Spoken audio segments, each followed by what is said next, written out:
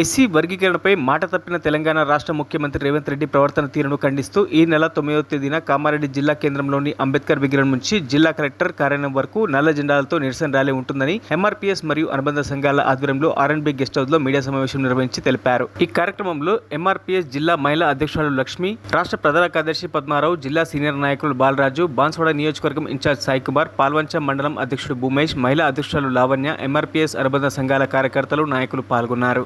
రాష్ట్రంలో ఆ ప్రభుత్వం అమలు చేసుకోవచ్చని సుప్రీంకోర్టు సంచలన తీర్పు ఇవ్వడం జరిగింది. దానికి మన తెలంగాణ ముఖ్యమంత్రి గారు మొట్టమొదటి అసెంబ్లీలో నేను ఎంఆర్పిఎస్కు అనుకూలంగా మొదటిసారి నేనే అమలు చేసి తీరుతానని చెప్పి మాట ఇవ్వడం జరిగింది. ఈరోజు మాట తప్పి డిఎస్సి ఫలితాలు ప్రకటించి ఇది 11,062 డిఎస్సి నోటిఫికేషన్ ఇవ్వడం జరిగింది. 11,062 ఉద్యోగాల్లో మా మాట కనీసం 1200 ఉద్యోగాలు మాకు రావాలా.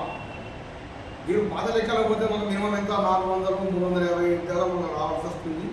అందువల్ల మా మందకృష్ణ మాదిగ గారి పిలుపు మేరకు 9వ తారీఖు నాడు అంబేద్కర్ విగ్రహం దగ్గర నుండి కలెక్టర్ ఆఫీస్ వరకు నిరసన కార్యక్రమం ఉంటుంది. అక్కడ కలెక్టర్ గారి కార్యాలయంలో వినతి పత్రం ఇవ్వడం జరుగుతుంది.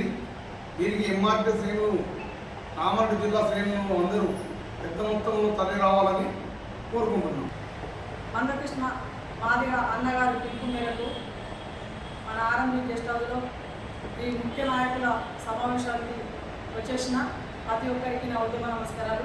అలాగే మీడియా మిత్రులకు, మా అన్నలకు అందరికీ మా ఉద్యమ నమస్కారాలు తెలియజేస్తున్నాను.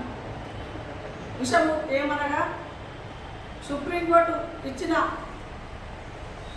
పిలుపు మేరకు ఎస్సీ వర్గీకరణ చాలా కావాల్సిందని చెప్పి మనకు 7 జడ్జిల మధ్యలో మనకు తీర్పు రావడం జరిగింది.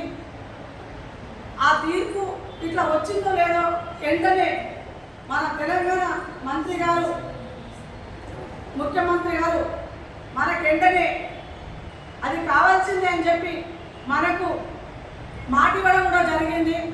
ఆ మాట ఇచ్చి ఎవరికో కొందరికి భయపడుతూ వాళ్ళకు అయిననే బానిసగా ఉంటూ